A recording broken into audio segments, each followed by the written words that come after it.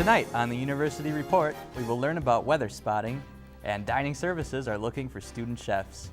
Good evening and welcome to our last newscast of spring 2013. I'm Tim Arts. And I'm Zach Christensen. Here are tonight's top stories. Looking to buy some plants? The Horticulture Club is holding their spring plant sale on May 10th from noon to 6 p.m. and May 11th from 9 a.m. to 4 p.m. The plant sale will take place at the UW-Platteville greenhouse. The University of Wisconsin-Platteville wanted to inform its faculty and staff that there is a mandatory abuse reporting training session in the Platteville East Room of the Marquis Pioneer Student Center. This meeting will be from 3 p.m. until 4:30 p.m. This meeting will discuss how abuse should be treated in the work area and how it will not be tolerated on the university campus. At the American Chemical Society's National Conference, the University of Wisconsin-Platteville's Alchemist Club was recognized with an honorable mention. The conference had taken place in New Orleans, Louisiana on April 7th until April 11th. The Alchemist Club was the only chemistry club in the UW school system to have been recognized at the event. The event's theme was Energy and Foods. The conference had 15,000 chemists with 1,000 undergraduate chemistry students in attendance. UW-Platteville's very own psychology professor, Mark Rubel, spoke in the MPSC Platteville room about the impact that technology is having on sexual violence. The event was part of the Real Men Respect Women, Students Promoting Respect campaign. Dr. Rubel spoke about his history of working with victims of sexual assault, some of whom were small children, and was speaking to spread awareness about sexual violence and how the internet has changed the face of sexual crimes. Meteorologist Jeff Kennedy from KWWL out of Waterloo, Iowa came to Platteville last Wednesday to talk about severe weather and weather spotting. Kennedy spoke at the Platteville Fire Department. The weather spotting training session was held to inform people for the upcoming severe weather season and what to do when they see severe weather in the area.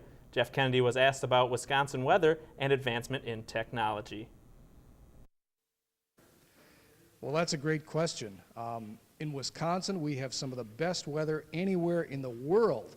We get a tremendous range in weather, anywhere from winter storms and blizzards, which can be life-threatening. We're kind of moving out of that season right now, however, so our thoughts are more toward the classical severe thunderstorms, large hail, dangerous lightning, flash floods, and of course tornadoes. The wonderful thing that I think is so prevalent now is everybody is able to pay really close attention to the weather. And when I say that, I mean we have all these different ways to see what's going on with the weather. Everybody has a smartphone. We can see the radar right on our smartphone, anywhere, anytime. Everybody has a laptop computer or a tablet or some way to see if there's a tornado watch or a tornado warning or flash flood, any kind of severe weather. It used to be kind of a chore to get people to actually know about that and to disseminate the information. Now, it's almost all automatic, and as soon as the button is pushed at the National Weather Service office, that data goes flying all over the place.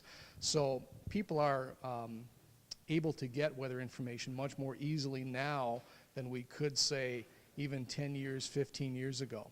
So from the safety standpoint, my job is to help people be safe when it comes to the weather. Over a dozen professors are coaching Science Olympics teams at Platteville Middle School. The coaches help the students with lab work, give them written tests, and help them work on small engineering projects.